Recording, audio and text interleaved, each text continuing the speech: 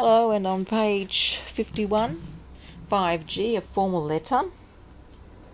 When we write a formal letter, we need to remember to write the address, add the date in full. If you don't know the name of the recipient, start with Dear Sir or Dear Madam and finish with the expression yours faithfully. If you do know the recipient's name, start the letter with the expression Dear Mr. X or Dear Mrs. X and finish with the expression yours sincerely. Write your full name, use expressions common for formal letters, and do not use short forms.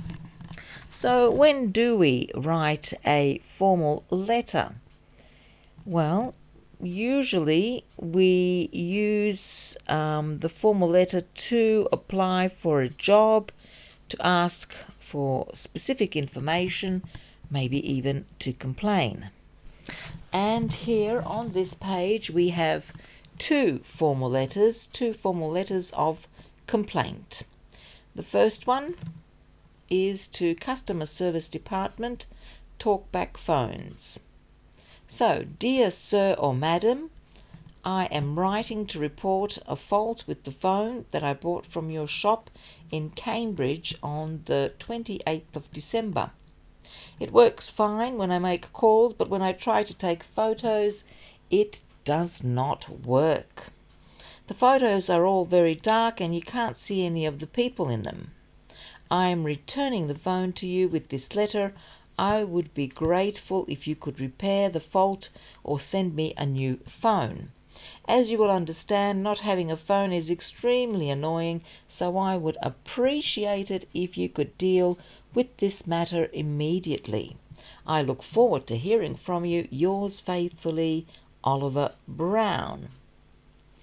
Alright, so the next letter of complaint here is to a jewellery shop online. Okay, so Dear Mr. Black, I'm writing to complain about a ring that I bought last week from your website, Jewellery Online. It is the first time I have bought jewellery from your company, and I must say it has not been a positive experience. On your website, the picture clearly showed a gold ring with a red stone, but when it arrived, it was silver with a green stone. This is simply not acceptable. I am enclosing the ring and a copy of the receipt for your reference.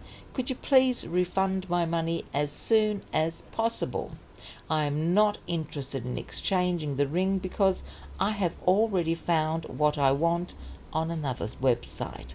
I look forward to hearing from you. Yours sincerely, Tracy Swift. Exercise number 2. Let's try and answer these questions. So number 1, what did the writer buy? Well, the first writer bought a phone. The second writer bought a ring. Number 2, where did he or she buy it? The first buyer bought it from a Talkback Phones shop in Cambridge, and the second buyer bought it from a jewellery online website. Number 3, when did he or she buy it? Well, the first buyer, he bought it on the 28th of December, and the second buyer bought it last week. Number 4, what is the problem with it? Well, the first buyer had a problem with the camera on the phone. It didn't work properly, and the second buyer got a different ring than in the picture on the website. Number 5, does he or she send it back? Well, the first buyer, yes, he did send it back, and so did the second buyer. Number 6, what does he or she want the company to do? Well, the first buyer wants the company to repair the phone or send him a new phone, and the second buyer wants the company to give her a refund. Okay, and now we go to our workbook. On page 46, 5G, a formal letter, we do exercise number 1. Look at the diagram of a formal letter, number the parts of the letter below to match the diagram. We do exercise number 2, read the letter and answer the questions.